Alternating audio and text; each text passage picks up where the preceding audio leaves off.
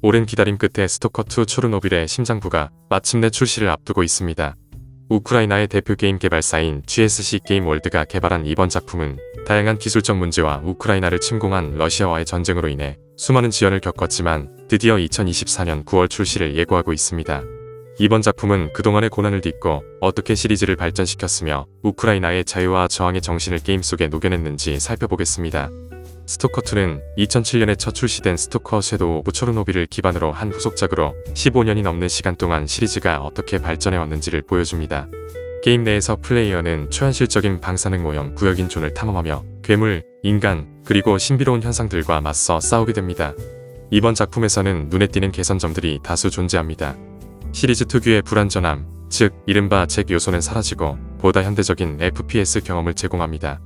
게임 속 움직임과 무기 사용감은 묵직하면서도 부드러워졌으며 인벤토리 관리 시스템 또한 직관적으로 개선되었습니다. 그럼에도 불구하고 스토커 특유의 어두운 분위기와 긴장감 넘치는 게임 플레이는 여전히 살아있습니다. GSC 게임 월드의 CEO인 예브엔 그리고로비치는 인터뷰에서 신규 플레이어들에게도 게임이 쉽게 다가갈 수 있도록 노력했다며 시리즈를 처음 접하는 플레이어들도 게임을 이해하고 즐길 수 있도록 많은 현대적 요소를 추가했다고 말했습니다. 특히 콘솔과 엑스박스 게임 패스를 통한 플레이어 유입을 목표로 하고 있어 기존 팬뿐만 아니라 신규 팬층을 적극 공략하고 있음을 확인할 수 있습니다. 스토커2는 게임의 기술적 진화뿐만 아니라 우크라이나의 역사적 배경과 문화적 정체성 또한 중요한 요소로 반영되었습니다. 2022년 러시아의 우크라이나 침공은 GSC 게임 월드의 개발진에게도 큰 충격이었으며 많은 이들이 고향을 떠나 프라로 피신해야만 했습니다. 이 과정에서 게임 개발은 여러 차례 중단되었으며 심지어 러시아 해커들의 공격으로 게임 데이터가 유출되기도 했습니다. 더욱이 GSC 게임 월드의 게임 디자이너이자 우크라이나 무장군 자원봉사자인 볼로디미르 예조프가 바흐무트를 방어하다 사망하는 비극적인 사건까지 겪었습니다. 이러한 상황 속에서 개발진은 러시아어를 게임에서 완전히 제거하는 결정을 내렸습니다. 모든 대사와 표지판은 우크라이나어로 표기되며 이는 단순한 언어적 변화 이상의 의미를 갖습니다.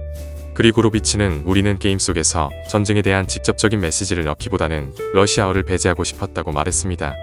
이는 우크라이나인들이 오랜 시간 동안 겪어온 독립과 자유에 대한 염원을 반영한 것입니다. 게임 속에서는 우크라이나 문화의 다양한 요소를 자연스럽게 녹여냈습니다.